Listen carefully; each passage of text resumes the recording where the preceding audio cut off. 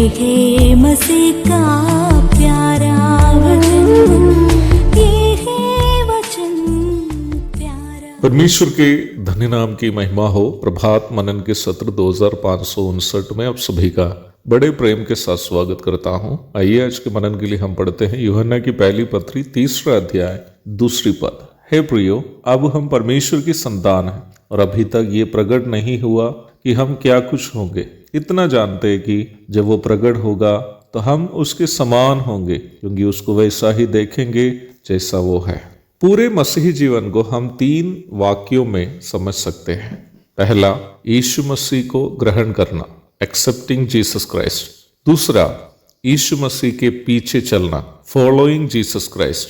तीसरा, यीशु मसीह के समान बदलना, कंफर्मिंग लाइक जीसस क्राइस्ट। इन तीनों बात को बाइबल पंडितगण उद्धार के 3 चरण अथवा 3 फेसेस ऑफ साल्वेशन कहते हैं। मसीही जीवन का शुरुआत किया करके एक व्यक्ति तब दावा कर सकता है जब उन्होंने अपने पापों से पश्चाताप करके यीशु मसीह को अपना एकमात्र प्रभु और उद्धारकर्ता के रूप में ग्रहण करता है। यीशु मसीह के नाम में चंगाई मिलने से या नौकरी मिलने से या अन्य कोई फायदा प्राप्त करने से या बपतिस्मा लेने से ना उद्धार मिल जाता है, ना ही उसका मसीह जीवन शुरू होता है। पापों की सजा, अनंतकालीन दंड से छुटकारा पाने के लिए मुंह से यीशु मसीह को अपना एकमात्र प्रभु के रूप में अंगीकार करना है और धार्मिकता अथवा यीशु मसीह के पवित्रता का दर्जा प्राप्त करने के लिए मन में ये विश्वास करना है कि प्रभु यीशु मेरे पापों के लिए मर के जी उठा है। रोमी 10:10। इस प्रक्रिया को यीशु मसीह को ग्रहण करना या अपनाना कहते हैं। इसी प्रक्रिया से कोई भी व्यक्ति का मसीही जीवन शुरू होता है। अनेकों लोग यीशु मसीह के नाम में चंगाई इत्यादि पाने के द्वारा या मसीही परिवार में जन्म लेने के कारण सीधे बपतिस्मा लेकर इस गलत फहमी में रहते हैं कि वे मसीही हैं। मैं परमेश्वर के वचन के आधार पर स्पष्ट रूप में कहना चाहता हूं कि आप मसीही होने की गलत फहमी में जीवन बिताकर अंत में नरक चले जाएंगे। मैं इस बात को इतना बोझ से अभी कहने का एक और कारण है। इस प्रभात मनन की तैयारी करते समय मैं नेपाल के चेरामारी नामक एक पहाड़ी ग्राम में, जो एक घना जंगल के बीच स्थित है, सुसमाचार प्रचार के कारण मेरे साथ हमारे कटिहार लोगोस इंस्टीट्यूट के विद्यार्थी भी हैं। उनमें से 2 विद्यार्थी जो बपतिस्मा लेने के बाद बाइबल पढ़ने कटिहार आए थे। दोनों कटिहार में उद्धार पाए। नेपाल में हो या हमारे इंडिया में अनेकों लोग बिना उद्धार पाए पानी में डुबकी लगाकर इस गलत फहमी में जी रहे हैं कि वे मसीही हैं।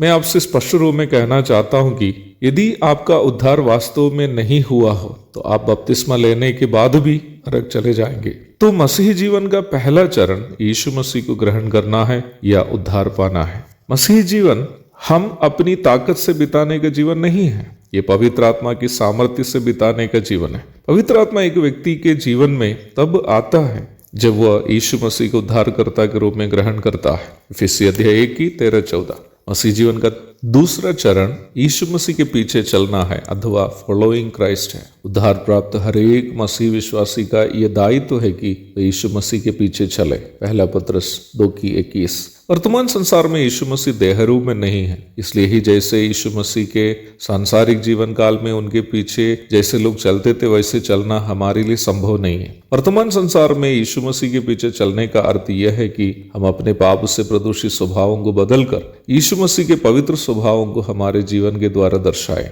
यूहन्ना 13:15, पहला पत्रस 2:9। जैसे कि मैंने पूर्व में कहा, यीशु मसीह के पवित्र स्वभावों को यदि हमें अपने पापोमय शरीर से दिखा पाना हो तो हमें पवित्र आत्मा की मदद चाहिए। प्रेरितों के काम 1:8, रोमी 8:11। इस प्रकार पवित्र आत्मा की मदद से यीशु मसीह के समान जीवन बिताना मसीही जीवन का दूसरा चरण है। जो पद हम प्रारंभ में पढ़े हैं वो मसीह जीवन के तीसरा चरण हमें समझाती है। जो व्यक्ति यीशु मसीह को ग्रहण करने के पश्चात उसके परिणाम स्वरूप यीशु मसीह के पवित्र स्वभावों को अपने जीवन के द्वारा दिखाने का अथाह प्रयास करते हुए वर्तमान संसार में जीवन बिताया, वह यीशु मसीह के मध्याकाशीय आगमन के दरमियान यीशु मसीह के पवित्रता से परिपूर्ण देह में अपना नाशवान शरीर बदलने की सौभाग्यता प्राप्त करेंगे। रोमी 8:23, पहला कुरिन्ती 15 की 51 और 52, फिलिपी 3 की 21।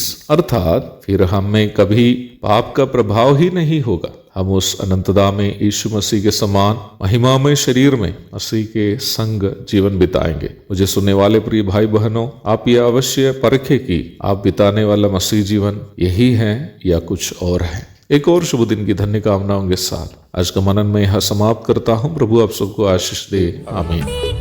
मुक्ति का द्वार है, संत को मार्ग का दर्शक है, विश्वास जो करते हैं उसके लिए अनंत जीवन का साधन है।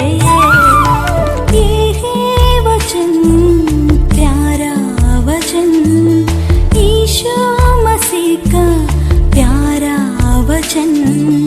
ये है वचन, प्यारा वचन, यीशु मसीह